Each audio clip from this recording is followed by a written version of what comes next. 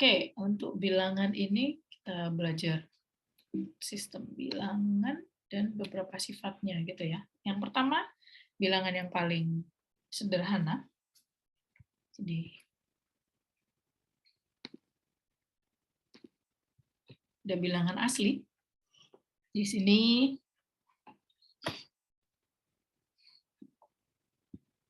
jadi kita punya N itu himpunan tak kosong yang memenuhi P1 itu, ini postulat gitu ya. 1 itu anggota himpunan bilangan asli. Jadi bilangan asli ini sebenarnya notasinya itu nggak N kapital gini ya. Jadi ada, kalau kalian lihat di Word kalian,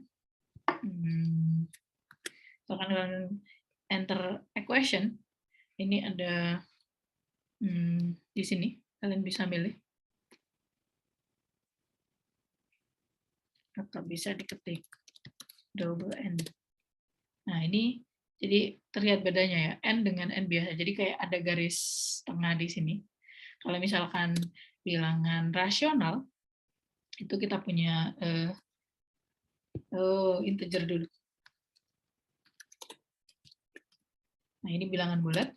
Untuk yang rasional itu double.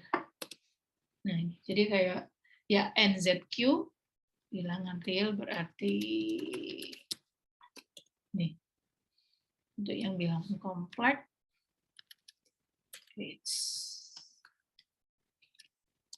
ini ya. Jadi NZQ RC di sini cuma ya ada double garisnya gitu ya. Nah, jadi kalau misalkan di sini N maknanya himpunan bilangan asli, ya N-nya itu N yang bukan N kapital, tapi N-nya yang begini ya. Jadi nanti kalau misalkan baca di referensi, kalau N-nya seperti ini itu mewakili bilangan himpunan bilangan asli. Oke, kemudian tadi kita punya postulat yang pertama ini. 1 itu anggota himpunan bilangan asli. Kemudian yang kedua, untuk setiap bilangan asli N terdapat dengan tunggal N star yang disebut suksesor dari si N.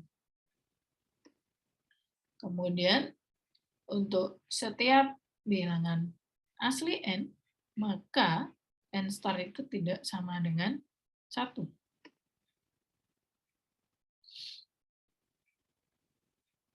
Kemudian postulat berikutnya, jika Mn itu anggota bilangan asli dan suksesornya itu sama, maka M dan N itu sama.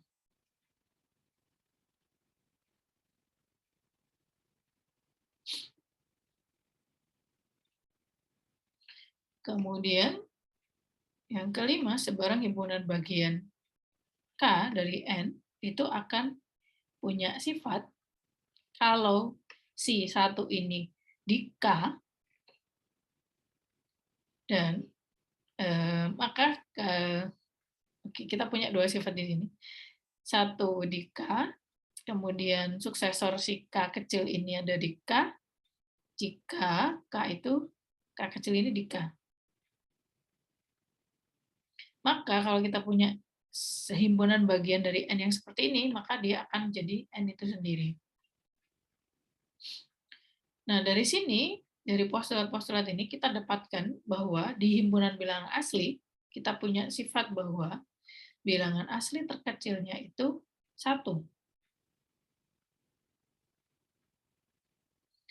Nah, yang P2 ini, jika diambil bilangan asli tertentu, ada bilangan asli yang berikutnya.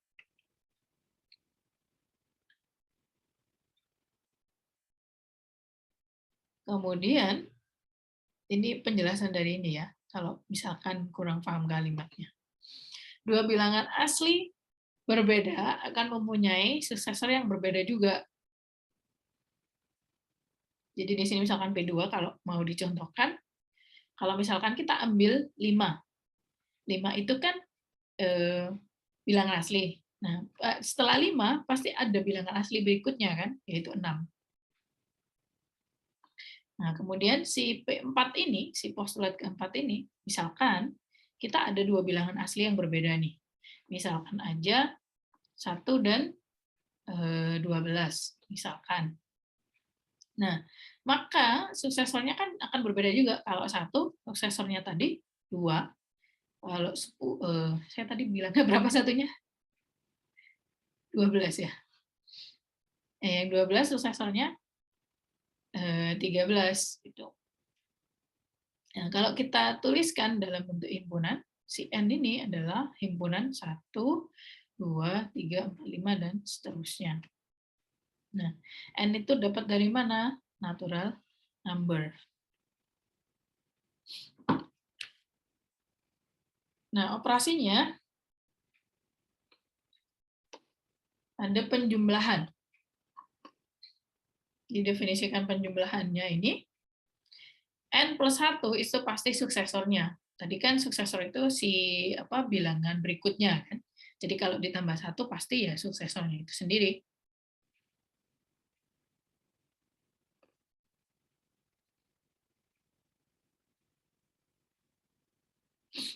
Nah, ini ada yang kedua, N plus M star, itu akan sama dengan N plus M star dari N plus M, suksesor dari N plus M.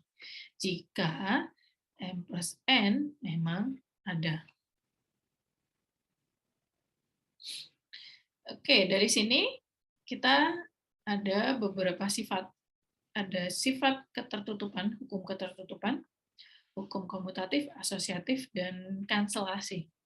Jadi ketertutupan itu, misalkan kita ambil sembarang dua bilangan asli, kita jumlahkan, pasti hasilnya itu masih ada di bilangan asli itu sendiri. Jadi kita ambil sembarang, kita pilih sembarang dua bilangan asli, maka kalau kita jumlahkan pasti jadi bilangan asli lagi. Jadi sebagai contoh, di sini kita punya 2 tambah 5 itu 7. 7 kan bilangan ada di bilangan asli kan? Jadi dia anggota bilangan asli. Begitu juga 6, 9. 6 dan 9 keduanya bilangan asli, kalau dijumlah sama dengan 15. 15 masih di bilangan asli. Jadi kalau kita punya sebarang bilangan asli, kita operasikan, kita jumlahkan, ini operasi jumlah ya, maka dia tetap di bilangan asli itu sendiri. Itu namanya ketertutupan. Masih di bilangan asli. Jadi dia tertutup di himpunan bilangan asli. Oke, kemudian yang kedua, komutatif. Komutatif itu cara menjumlahkannya. N plus M itu akan sama dengan M plus N. Jadi mau dijumlah N-nya dulu baru M, atau M-nya dulu baru N, itu akan hasilnya sama. Itu namanya komutatif. Asosiatif. Kalau asosiatif itu kita melibatkan tiga bilangan. Jadi kita ambil sebarang 3 bilangan asli. Nah, ini kan kalau yang kiri, yang dioperasikan pertama yang mana nih?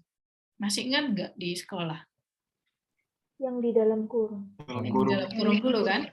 Jadi kita jumlahkan ini dulu, baru dijumlah dengan M.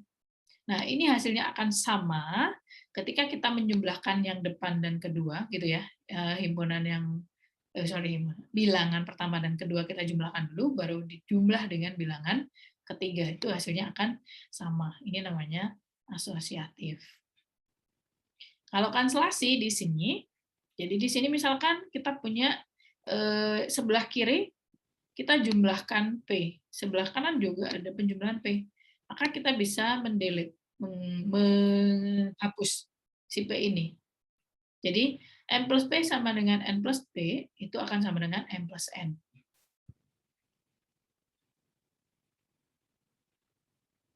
Jadi ini contoh-contohnya.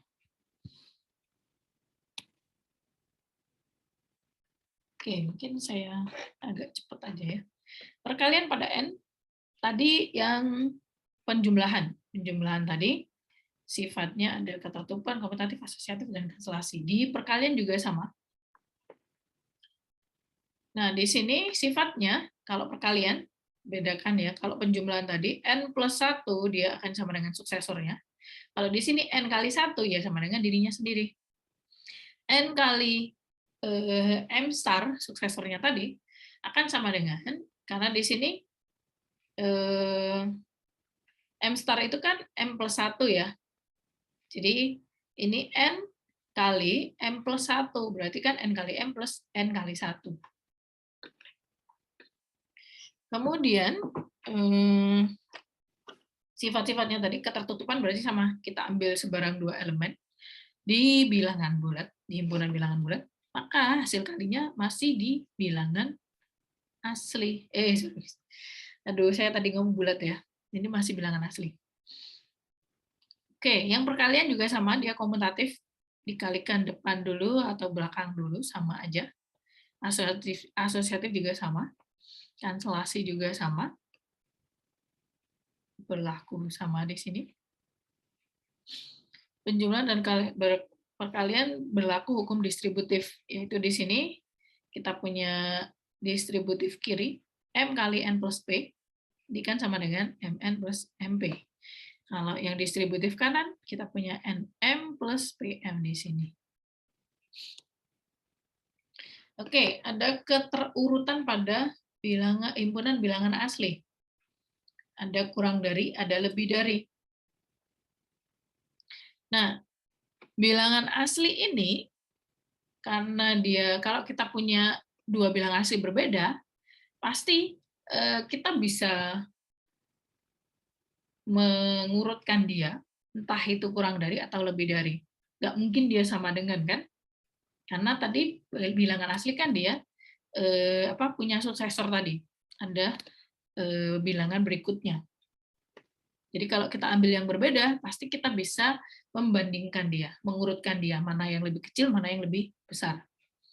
Nah, M kurang dari N, pasti terdapat bilangan asli lain P, sehingga M plus P sama dengan N. Jadi misalkan, saya ambil random nih. M itu misalkan 25, N-nya misalkan 27. Maka pasti ada bilangan asli P kan, yang memenuhi M plus P sama dengan N. Berapa dia? P-nya? 2. Oke. Nah, begitu juga yang lebih dari. Oke, ada sifat trikotomi di sini.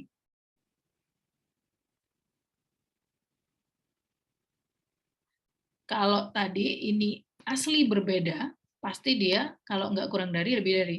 Tapi kalau kita ambil sebarang, pasti kemungkinannya hanya satu aja. Nggak mungkin sama kan kalau bilangan asli.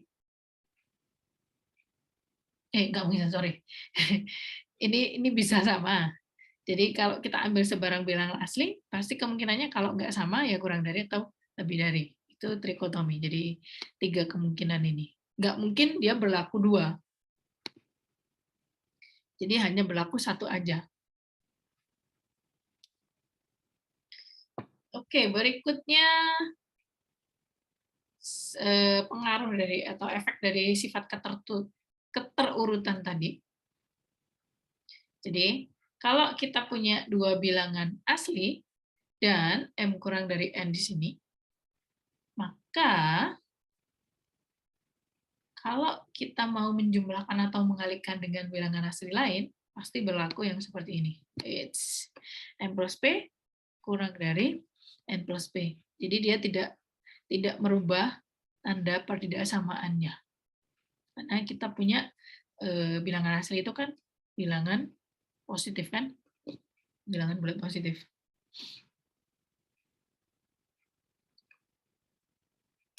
Oke, begitu juga yang ini lebih besar.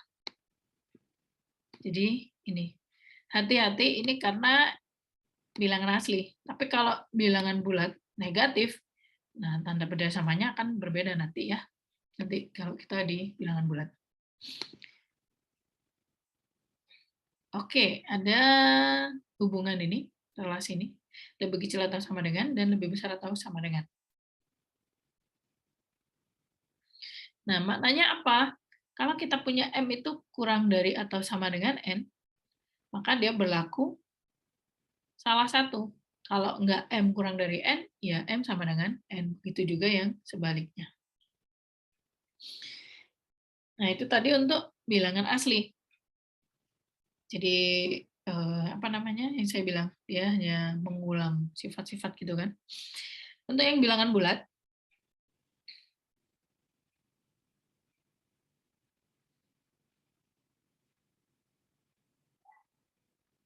kalau bilangan asli, kita punya dua bilangan asli, maka persamaan M plus X sama dengan N belum tentu mempunyai penyelesaian.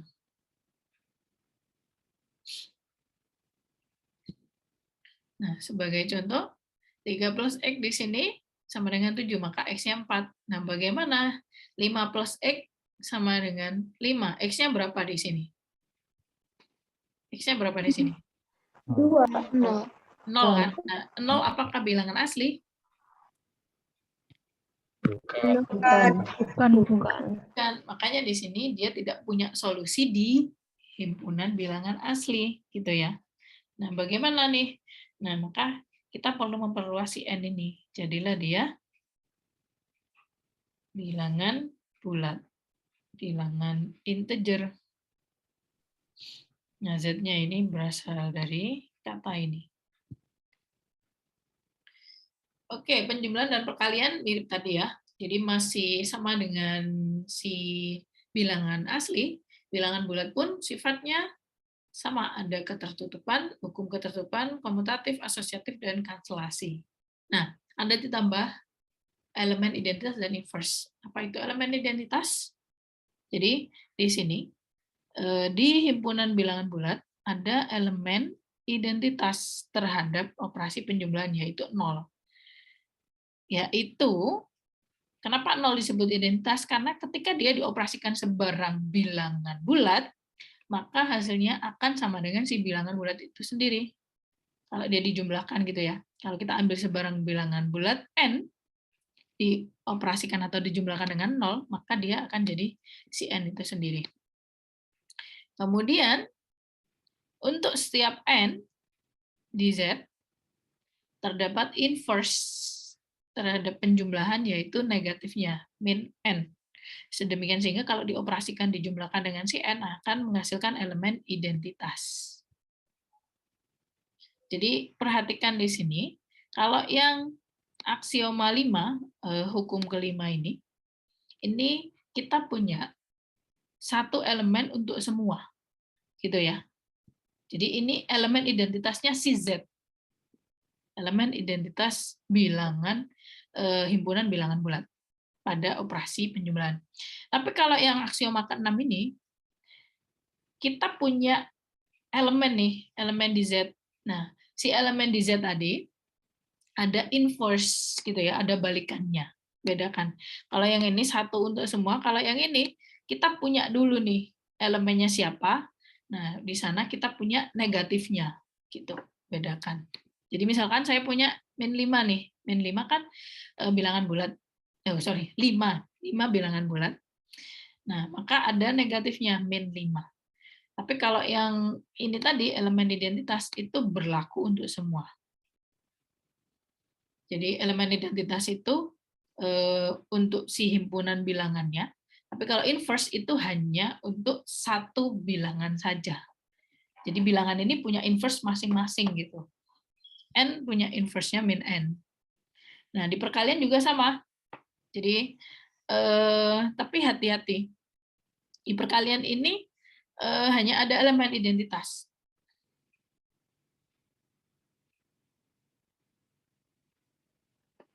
Yang inverse, balikannya dia nggak ada. Kenapa?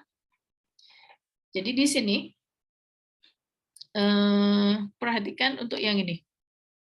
Yang keempat dulu. M kali P sama dengan NP. Asalkan P-nya tidak 0, maka dia berlaku kanselasi. Kalau P-nya 0, dia nggak berlaku ini. Gitu ya. Jadi bisa menggagalkan sifat kalau P-nya sama dengan 0. Nah, yang kelima, elemen identitasnya terhadap operasi perkalian dia 1. Kenapa? Karena sembarang bilangan bulat ketika dikali 1 hasilnya bilangan itu sendiri, gitu kan? Si N. Nah, dia tidak punya inverse. Jadi elemen di Z terhadap operasi perkalian yang punya inverse siapa? Ada yang bisa menebak? Jadi bilangan bulat siapa ketika dikalikan dengan inverse terhadap operasi perkalian, dia hasilnya sama dengan 1. Ada nggak bilangannya seperti itu? Misalkan ya, saya punya dua bilangan bulat. Apakah dia punya inverse terhadap operasi perkalian? Artinya 2 dikali berapa? Hasilnya sama dengan 1. Berapa? Setengah. Setengah. Nah, setengah apakah bilangan bulat? Bukan. Bukan. Jadi, Bukan. makanya saya bilang tidak semua elemen di himpunan bilangan bulat punya inverse terhadap operasi perkalian. Tapi kalau terhadap operasi penjumlahan ada kan? Itu kalau kita punya n, maka kita punya min n. Tapi kalau yang z, yang perkalian, kita nggak punya semuanya. Ada nggak bilangan bulat yang punya inverse terhadap operasi perkalian? Bilangan bulat siapa? Misalkan x kali inverse-nya x terhadap operasi perkalian, jadi per x gitu ya, sama dengan 1. Siapa dia x-nya? Ada nggak x seperti itu?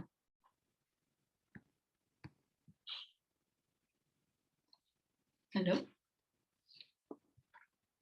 Mana nih? 1 bukan, Bu. 1. Jadi hanya 1 yang punya inverse terhadap operasi perkalian di bilangan bulat. Yang lainnya nggak punya inverse karena tidak di bilangan bulat tadi ya.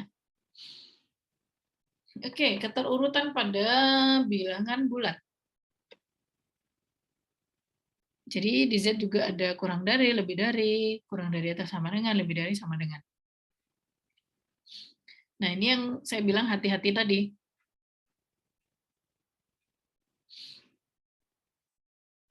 Kalau penjumlahan, kalau A dan B ini nggak masalah. Dia tanda perbedaannya tidak berubah. Jadi kalau kita punya M plus M kurang dari N, kalau kita jumlah kedua ruas dengan P, maka tanda persamaannya, keterurutannya tidak berubah. Begitu juga yang lebih besar. Nah, tapi di sini harus jadi perhatian, kalau misalkan P-nya ini positif atau negatif. Untuk yang C dan D, ini kan dia positif ya. Kalau dia pengalinya positif, tanda perbedaannya tidak berubah. Ya kan? Ini kurang dari, kurang dari.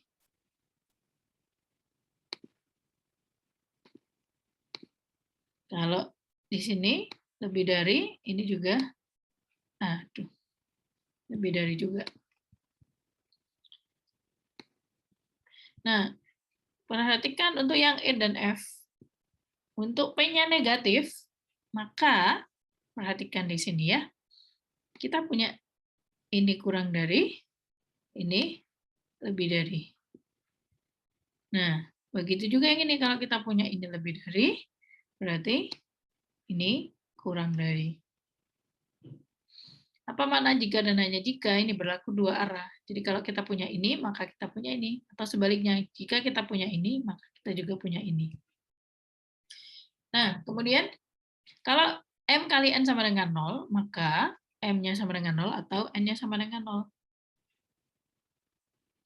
Di sini, untuk M dan N bilangan bulat berlaku M kali elemen identitas terhadap operasi penjumlahan tadi 0, maka pasti akan menghasilkan 0. M kali inverse N terhadap operasi penjumlahan, maka hasilnya akan menghasilkan inverse dari perkalian M dan N terhadap operasi penjumlahan. Oke, itu untuk keterurutannya. Untuk contohnya bisa dilihat sendiri ya. Next.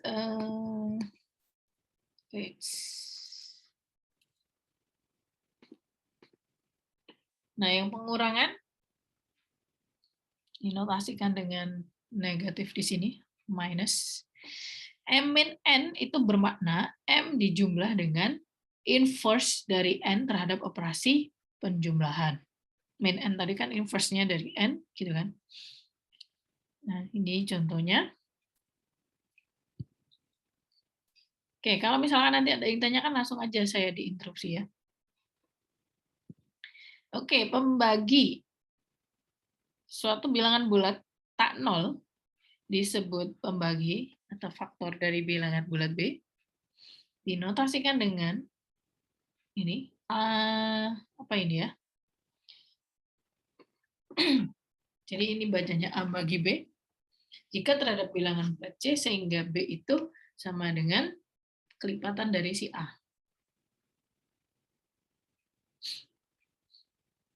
Faktanya, kita punya A kali 1 itu kan sama dengan inverse A terhadap operasi jumlah dikalikan dengan inverse 1 terhadap operasi jumlah. Jadi kita punya min A kali min 1 juga A.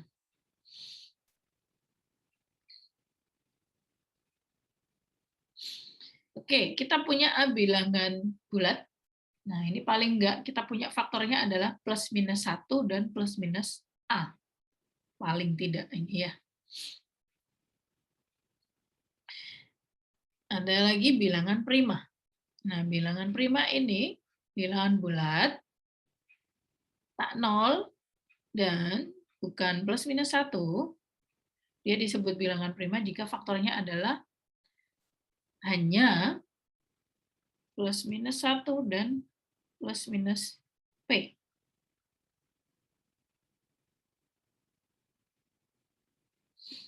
Nah, ini khusus kalau kita punya bilangan prima, berarti kita bahasnya bilangan prima positif saja. Kalau bilangan komposit, ya berarti bilangan yang selain prima. Atau bilangan yang punya faktor selain 1 dan dirinya sendiri.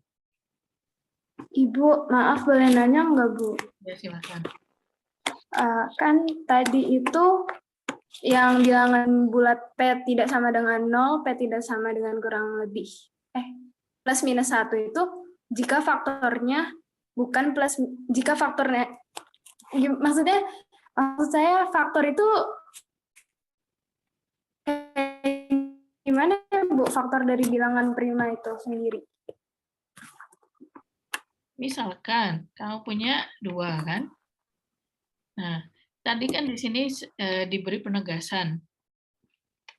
Min P prima jika P prima, sehingga kita hanya membahas yang positif saja. Jadi misalkan kan kita punya bilangan prima 3 tuh. Nah, faktornya dia kan plus minus 1, plus minus 3 kan? 3 untuk 3. Masih belum bisa mengikuti? Iya, Bu, masih kurang, Bu. Maaf ya, Bu. Ini yang dibingungkan. Iya, saya masih kurang ngerti sama maksud dari faktor itu apa, Bu. Maksudnya faktor, saya bingungnya, saya nganggap bilangan prima itu sebagai bilangan yang angka 1 aja. Terus saya bingung cara faktorin 1, misal, atau faktorin 3 jadi bilangan faktor itu maksudnya kayak gimana ya, Bu? Oke, misalkan kamu punya 6. 6 itu bisa difaktorkan berapa aja sih? 2 kali 3, yang pohon faktor ya, Bu? Oke, jadi kalau kamu mendefinisikan 6 itu 3 kali 2 kali 1 kan? Nah, berarti kan di sini faktor dari 6 adalah siapa saja?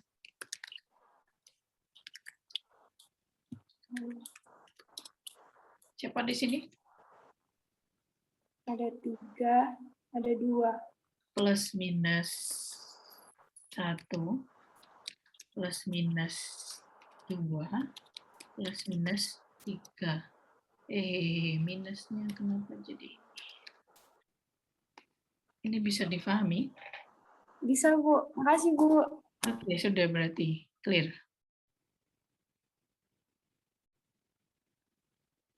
Iya. Oke, bisa dilanjut? Bisa, Bu. Oke, bilangan real. Bilangan real, bilangan rasional. Bilangan rasional, bilangan realnya nanti. Bilangan rasional ini, jadi tadi kan kita punya bilangan bulat tuh. Nah, lagi-lagi kita ketemu masalah lagi. Misalkan 3 kali X sama dengan 9, maka X-nya sama dengan 3. Ini kita punya X-nya sama dengan 4. Bagaimana kalau misalkan ini? 7 kali X sama dengan 15. X-nya berapa? X-nya berapa tuh? 15 per 7 bukan, Bu? 15 per 7. Nah, 15 per 7 masuk bilangan bulat enggak? Enggak, Bu. Enggak, gitu kan. Jadi maknanya di sini persamaan ini 7x sama dengan 15, dia tidak punya solusi di himpunan bilangan bulat. Karena hasil dari si X ini bukan bilangan bulat. Nah, siapa nih kira-kira bilangan apa itu yang mewakili? Nah, kita katakan himpunan bilangan rasional itu perluasan dari bilangan bulat. Kalau tadi Z itu perluasan dari himpunan bilangan asli, yang rasional itu perluasan dari bilangan bulat. Oke, kita kenalan dengan bilangan rasional nih. Meskipun kalian di sekolah sudah kenalan, mungkin ada yang lupa. Nah, apa itu bilangan rasional? Bilangan rasional itu himpunan apa itu himpunan bilangan rasional? Himpunan bilangan yang merupakan atau yang dapat dinyatakan sebagai hasil bagi dua bilangan bulat dengan syarat menyebutnya tidak nol. Jadi A per B, di mana AB-nya bilangan bulat, B-nya tidak sama dengan nol. Sebagai contoh, 3 per 5, 9 per 3, min 7 per 11, 0,7, dan seterusnya. Nah, perhatikan kalau misalkan penyebutnya 0, maka dia bukan bilangan rasional. Kenapa? Karena ini tidak terdefinisi. Kalau misalkan saya tanya nih, apakah dua bilangan rasional? Jawabannya apa? Iya. Apa jawabannya? Iya, Bu. Iya. Oke. Karena dua dapat dinyatakan apa nih? Apa tuh? Sebagai hasil bagi dua bilangan bulat. Siapa nih? Dua bisa dinyatakan sebagai dua itu bisa dinyatakan sebagai 2 per 1, 4 per 2, 6 per 3, gitu kan, dan seterusnya. Gitu. Jadi jangan sampai kejebak.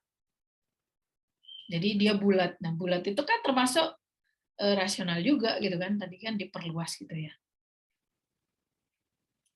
Oke, next. Di bilangan rasional juga ada operasi penjumlahan. Dia memenuhi sifat ketertutupan, komutatif, asosiatif, dan kanselasi juga sama. Nah, di sini dia juga ada elemen identitas nih. Elemen identitasnya dia 0. Sama kayak penjumlahan di bulat tadi. Karena dia berlaku yang seperti ini. Kita ambil sebarang bilangan rasional, kalau dijumlah dengan 0 ya hasilnya si bilangan rasional itu sendiri. Kemudian ini inverse dia ada, karena tadi pembagian gitu kan. Oh sorry, ini kan penjumlahan jadi negatifnya. Sama kayak penjumlahan di bilangan bulat. Inverse di bilangan bulat. Oke, untuk perkalian, ini, nah bedanya dengan yang bulat tadi, di sini kita punya inverse terhadap operasi perkalian. Karena kita punya hasil bagi tadi kan. Jadi kalau kita punya M, ya kita punya inverse-nya adalah 1 per M. Sedemikian sehingga kalau dikali M kali 1 per M ya sama dengan 1 elemen identitas di operasi perkalian pada himpunan bilangan rasional. Untuk penjumlahan dan perkalian ada distributif kanan dan kiri. Oh, ini beda-beda ya referensinya. Ada buku yang bilang kalau dia di sini, ini kiri, di sini ini ngomongnya kanan. Ya, tergantung referensinya sih berarti. Jadi saya biasanya menemui referensinya kalau ini kiri, karena dia si pengalih sendirinya itu di kiri, ini di kanan. Ya, tergantung referensi yang kalian ambil lah. Jadi ini nggak usah dibuat patokan, intinya kalau distributif ada arahnya kanan dan kiri gitu, ada 2 arah. Yang penting sih hasilnya ini sama dengan ini dan ini sama dengan ini. Oke, berikutnya bilangan pengurangan di bilangan rasional.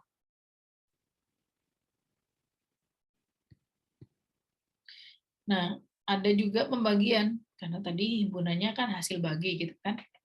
Jadi ada pengurangan dan pembagian. Jadi pembagian di sini X per Y, yaitu bermakna X kali 1 per Y. Dengan syarat, lagi-lagi Y-nya nggak boleh 0. Kalau Y-nya 0 ya berarti dia bukan bukan bilangan rasional karena tidak terdefinisi. Relasinya atau hubungannya juga ada lebih dari, kurang dari, lebih dari sama dengan, kurang dari sama dengan. Nah, operasi pembagian tidak bersifat komutatif maupun asosiatif. Jadi harus hati-hati.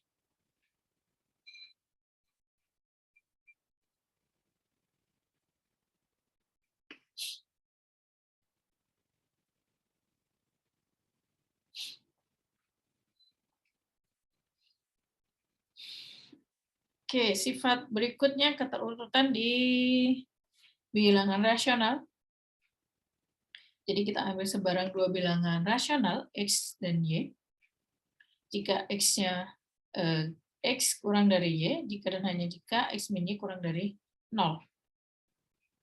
Ini juga sama, hanya bedanya tanda perjasamanya dibalik gitu ya. Ada juga hukum trikotomi. Jadi sama kayak tadi, kalau kita ambil sebarang dua bilangan di himpunan bilangan rasional, maka kemungkinannya pasti kalau enggak kurang dari, sama dengan, atau lebih dari. Oke, ada lagi ini tambahan untuk yang rasional yang sebelumnya di bulat tidak ada maupun di bilangan asli, ada sifat kepadatan, density. Jadi jika kita punya X dan Y bilangan rasional yang bersifat X kurang dari Y, maka terdapat bilangan rasional Z sehingga jadi dia ada di antara X dan Y gini. Oke, sebagai contoh di sini, kita punya X sepertiga, Y-nya setengah. Nah, di sini pasti ada bilangan di antara ini. Meskipun kita punya sepertiga kurang dari setengah, pasti setelah sepertiga dan sebelum setengah itu ada bilangan rasional lain. Gitu. Nah, ini sebagai buktinya, sebagai contohnya. Sepertiga itu kan sama dengan 4/12. Setengah itu kan 6/12. Jadi setelah 4/12 dan 6/12 ini kan ada di tengah-tengahnya 5/12. Oke, berikutnya sifat Archimedes. Jadi ketika kita punya dua bilangan rasional positif, maka terdapat bilangan bulat positif P sehingga Px lebih besar dari Y. Contohnya di sini, kita punya X-nya 2/7, Y-nya 3/5, maka di sini kita pasti punya ada suatu bilangan X gitu ya. Ada bilangan P, yaitu si 3 ini, yang menyebabkan 2/7 kali 3 itu lebih besar dari 3/5.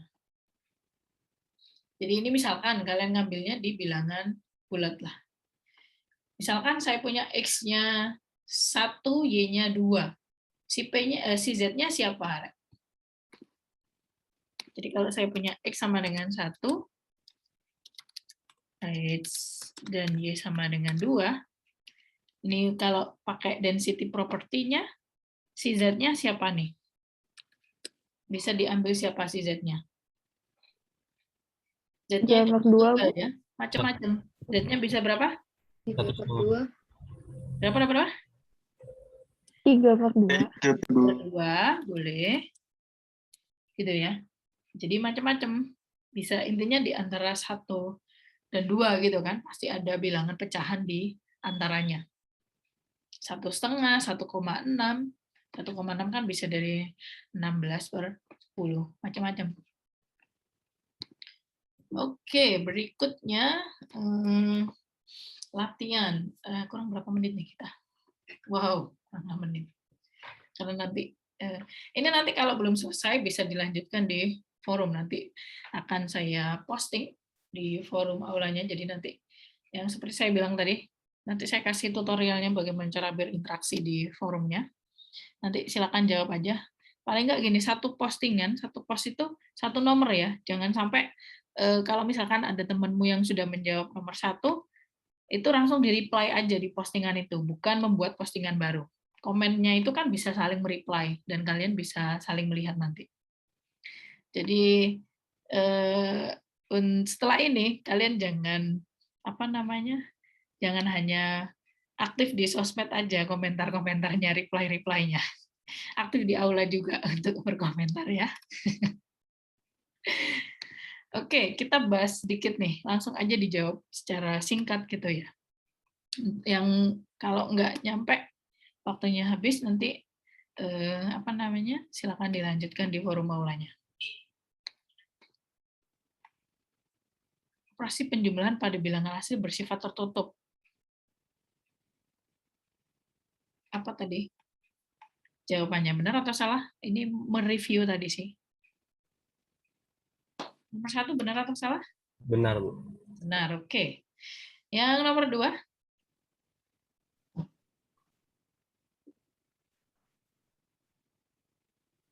Nggak ingat. Jadi bayangannya gini, ketertutupan tadi kan, misalkan kita ambil sebarang 2 bilangan asli, apakah hasil dari perkaliannya tadi masih di bilangan asli, masih merupakan bilangan asli gitu? Apakah di himpunan bilangan asli hasilnya itu? Ya. Benar, Bu. Oke, Ya, Bu. benar. Yang ketiga, kalau pengurangan? Salah. Tidak. Salah, oke, bagus. Salah. Nah, salah kenapa di sini? Kalian punya contohnya kan? Contoh penyangkalnya yang membuat dia salah apa?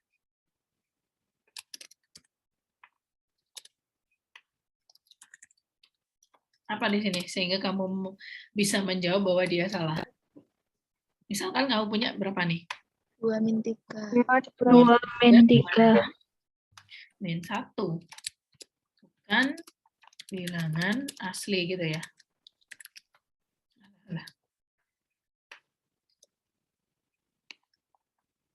Oke.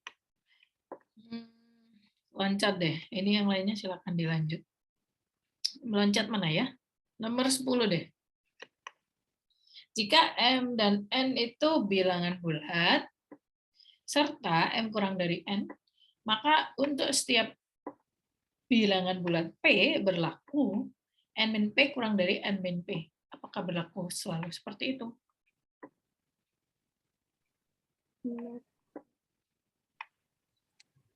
Tidak. Tidak. Oke, good. Misalkan ambil contohnya, contoh penyangkalnya siapa tuh? N-nya positif, P-nya negatif. Oke, misalkan M-nya berapa? 2. N-nya berapa? 4. Apa-apa? 4. 4.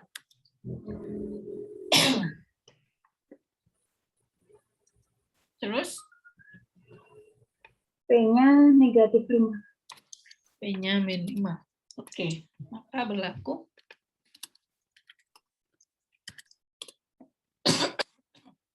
M min P, apa tuh? Lebih dari atau kurang dari? Lebih dari. Iya, dah. Kurang dari itu Mas Ian. Masih kurang dari, ayo. Kurang Coba dari. cari contohnya Yang M-nya lebih besar dari N.